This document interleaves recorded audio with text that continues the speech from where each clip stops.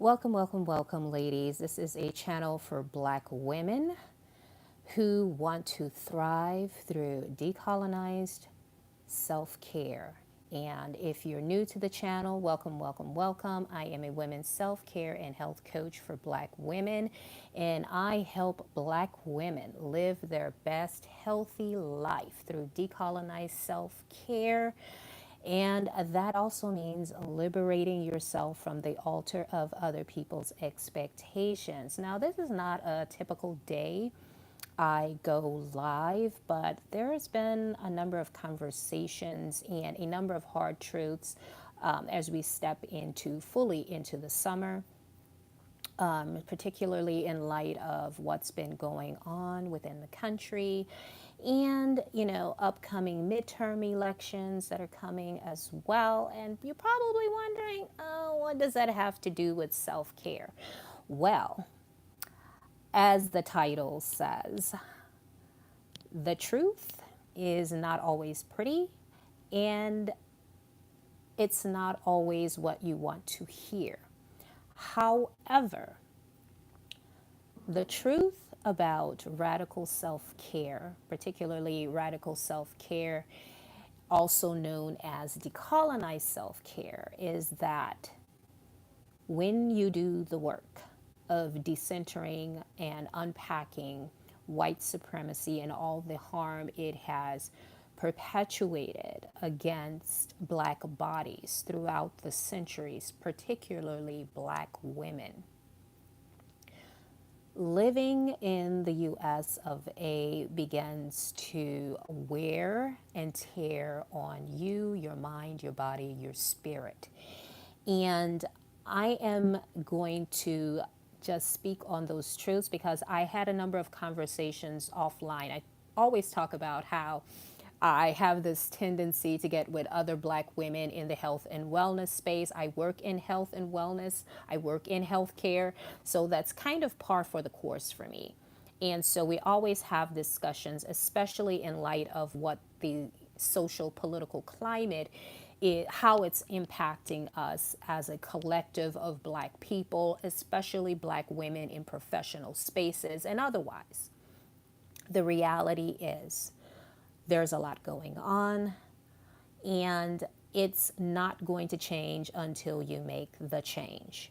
For Black women, radical self care, aka decolonized self care, means that you are decoupling actively, doing the work to decouple and decenter oppressive systems in your health and wellness practices. That means reclaiming our traditional, our indigenous practices that we managed to retain coming into the diaspora, and also we've been able to reconnect with on the home continent.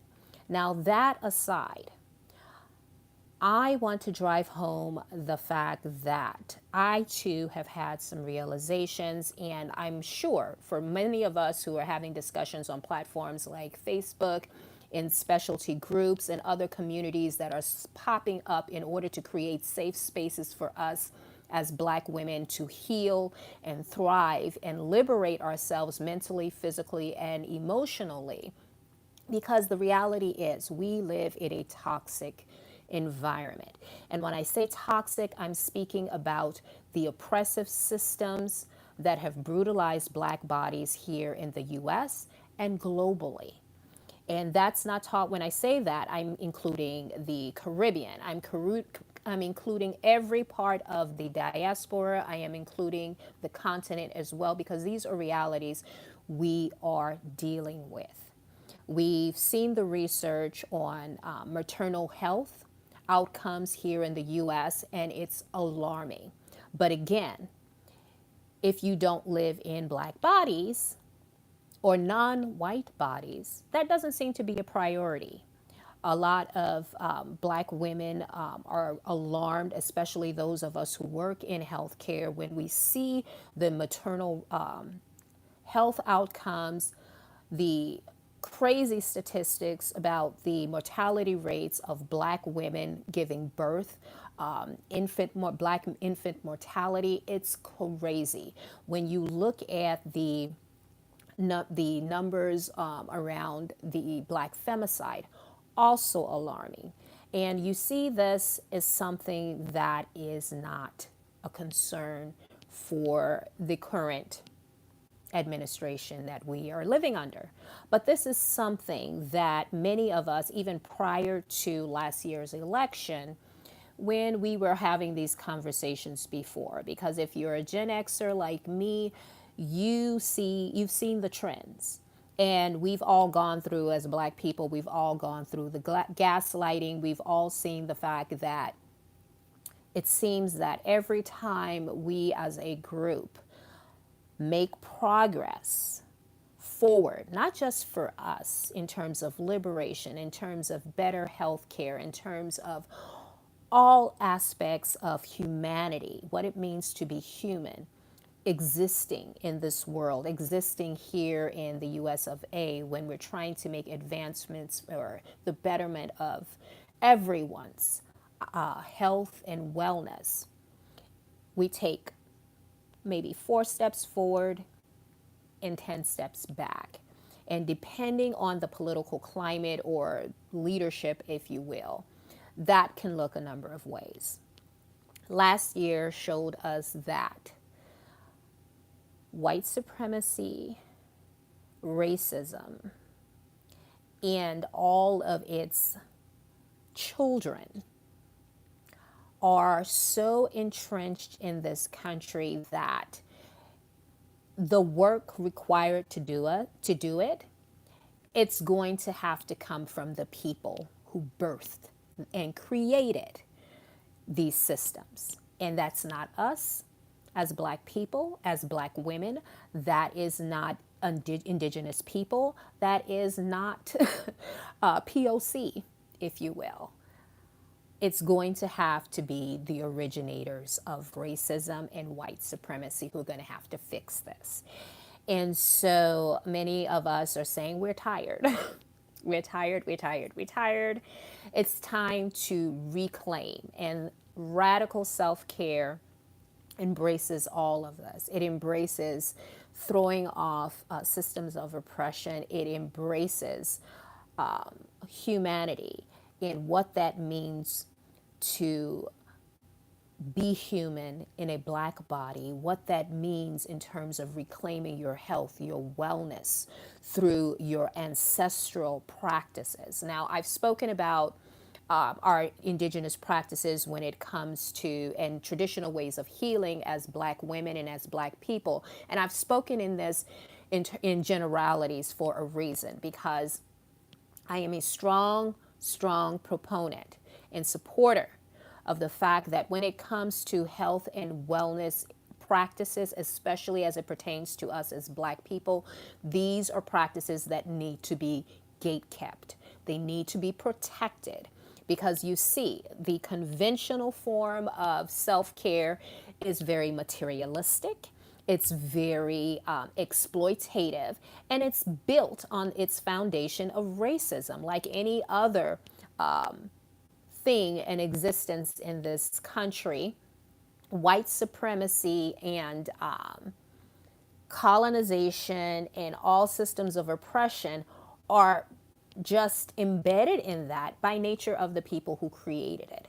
You can see this in how a number of indigenous practices from around the world have been pieced together and packaged to sell to you at a premium and with certain exclusivities that many people don't have access to. And when I say many people, that's code for people of color, that's code for Black people. And I've always said this consistently. If you want to heal, truly reclaim, and live and exist in a self-care practice that is healing and nurturing and will actually do the reparative and restorative work for you as a Black person and as a Black woman specifically, that can't happen in places that harm you. And I'm speaking on especially when I've seen a number of Black women talking about how they've gone to certain studios where they found out that they're the only person that looks like them in these spaces. And I've always questioned them and said, how do you think that's going to restore you? How do you think that's going to replenish or nourish you? How do you think that's going to do anything positive for your health and wellness in a space that wasn't built for you? And so it comes to, that question can be further extended out to what's happening now and to the conversations that I'm hearing both on social media platforms across the board and in private spaces off platform.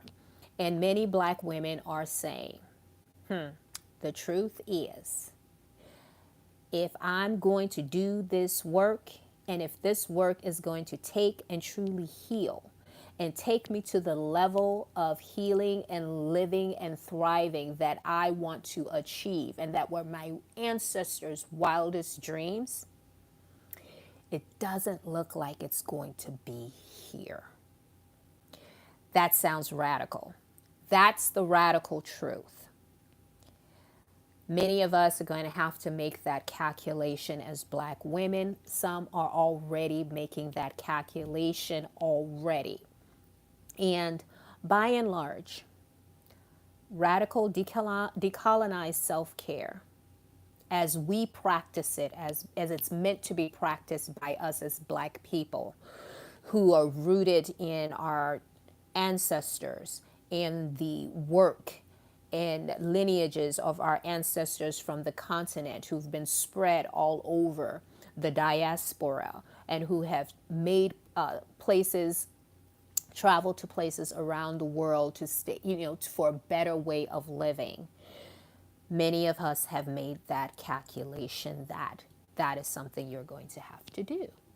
And the reality of it is, especially if you're doing the work, at some point, you have a realization that in order to fully manifest that level of healing, that level of thriving, that level of liberation and being in ease, where the weight of carrying the world and social justicing for all peoples, the weight of that, in order for that weight to come off, the toxicity, the microaggressions, also known as actions of racism, passive and aggressive, violent, overtly physical violent, and passive aggressively violent, that we as Black women and Black people experience daily, that has a weathering,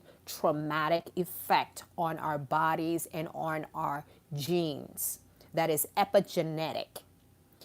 In order for us to divest from that, decouple ourselves from that, truly elevate and heal, many are arriving at the harsh reality and conclusion that that is going to look like removing yourself physically from that location.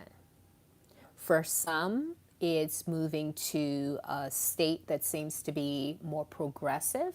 For some, it is going back to other parts of the diaspora, namely the Caribbean. Some are choosing to go back to the home continent.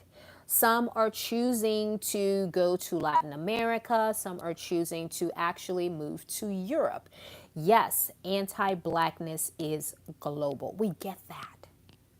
But the US of A has a special monopoly because it is the birthplace of this violent, brutal, ugly version of racism and brutality that it's very hard to describe for other people who don't live in who don't exist in this space to understand until they experience it here as a black person or a non-white person who is visibly unable to, how do you say it, cosplay whiteness.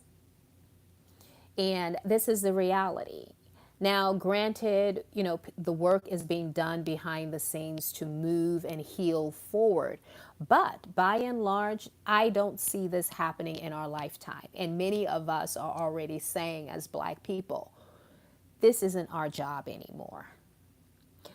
We can't do the work of everybody, especially the originators of this version of toxicity, this creation of this heinous crime against humanity that is the United States. We can't fix this because we didn't create it. And many are choosing, specifically black women, are saying, peace out. I'm going to heal and thrive individually and collectively. And this is, as the more and more black women do the work, the more and more are arriving at this conclusion. And you see the kickback, if you will, on many platforms. A lot of black women, especially who are creators on this platform, who talk about black mental health wellness, who's talking about self-care for black women, liberation for black women, who are black feminist activists online. The vitriol and hate they get online is unmatched. Why?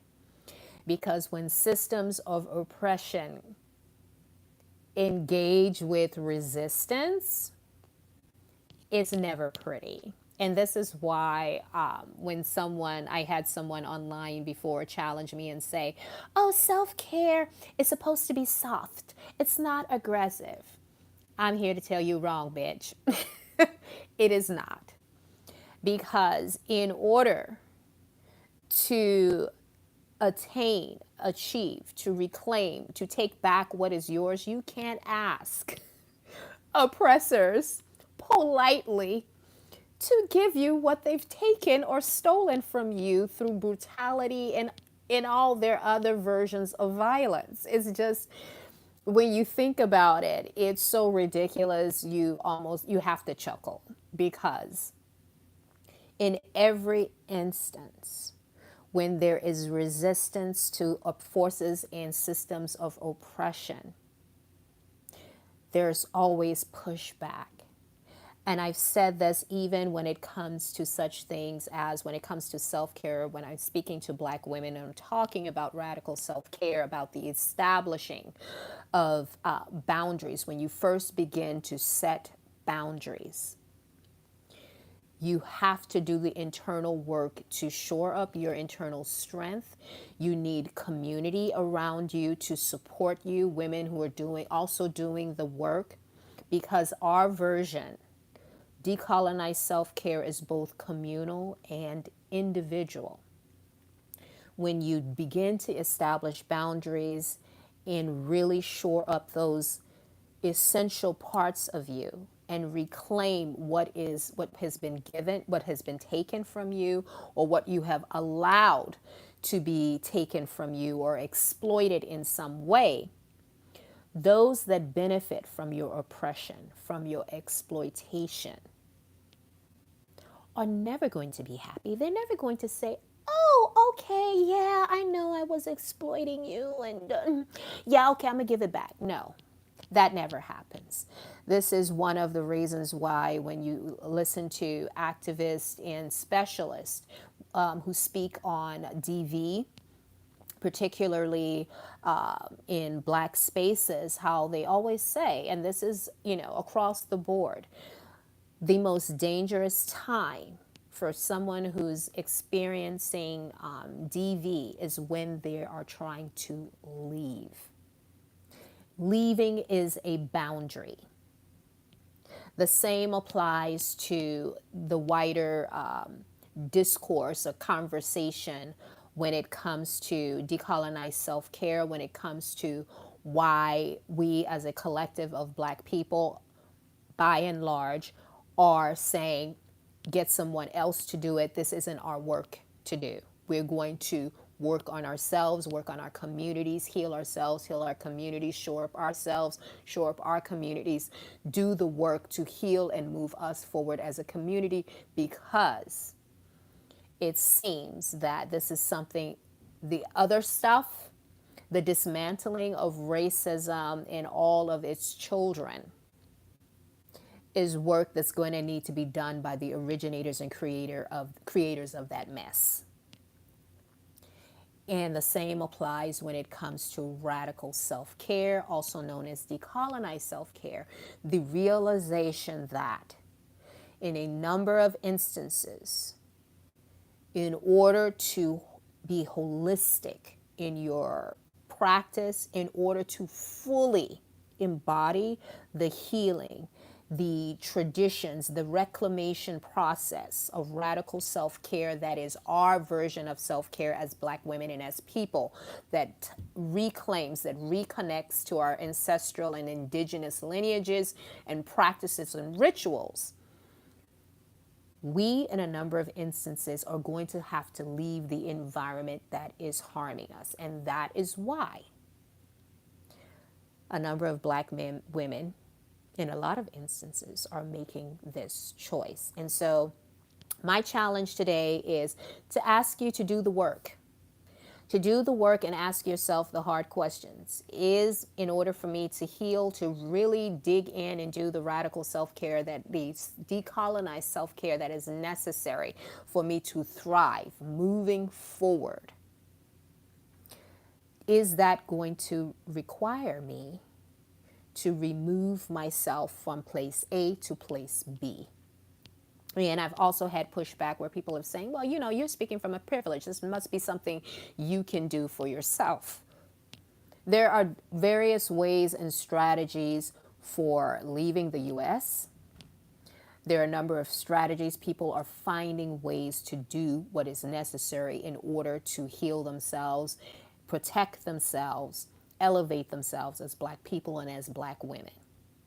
And a number of platforms like by creators like Stephanie Perry, Rashida Dow, they talk about this all the time. They've featured single moms, families, single women with family members who've managed to move abroad. And that, you know, we're not talking about people that are Black millionaires. We're not talking about the Beyoncés of the Black community. We're talking about the average Janes and Joannes who have made, you've been very strategic and found ways to do this. Believe it or not, the first step towards a liberation, physically and otherwise, it starts here. And once you begin to do the work up here, particularly radical self-care as the foundation, also known as decolonized self-care, you begin to open your mind to possibilities, clarity, and focus. And I can say this because I've been on this journey myself. I had a number of health issues and personal tragedies that led me up to this point and have activated me in this space. And so as I continue on, typically I go live at least once during the week, but there's been a number of things going on behind the scenes where I felt I needed to take a step back and recalibrate and rethink some other things for myself personally, because all of this is real. And I believe in being authentic and real because I can't do the work and help other Black women who want to practice decolonized self-care. I can't help you achieve that if I'm not being authentic with myself. And I want to encourage you to make sure you subscribe and hit the notification button so you do know when I go live, or you do know when I drop a video. I typically drop videos at least once a week. But again, like I said, I've been a little bit on hiatus. There was a lot going on. And then, of course, we had Juneteenth, which was huge, but there were also huge conversations, too, going on offline and behind the scenes as well. So these are things that are critical, that need to be thought about and collected as a people and as women in specifics. And again, yes, I make it a intentional point to not go into the specifics of our decolonized self-care practices and rituals, specifically because I'm protecting what is ours. And for years, we've allowed others into our spaces who did not share our lineages, who did not share our cultures or respect our cultures. And this is true of a lot of non-white cultures, a lot of people of other parts of the global south and what have you, who've had critical practices bastardized and commodified in the name of colonized self-care that's been repackaged and sold out of context. And it's very harmful. And I say it's very harmful specifically to not just those communities, but us as well, because we've had a number of colonistic people try to actually enter practices that have no connection with them whatsoever. And I'm speaking to things like hoodoo and other traditional Black practices and healing modalities. And I'm not going to go in specifics of those. By and large, there are some that think, they're educating. And I understand the need for education, but that's education for our people. What needs to happen outside of our communities in terms of our self-care and wellness practices, our traditional practices, these are things we have to protect and restrict access in order to maintain the integrity of our own decolonized practices that are ours and contextual for us culturally, spiritually, and communally.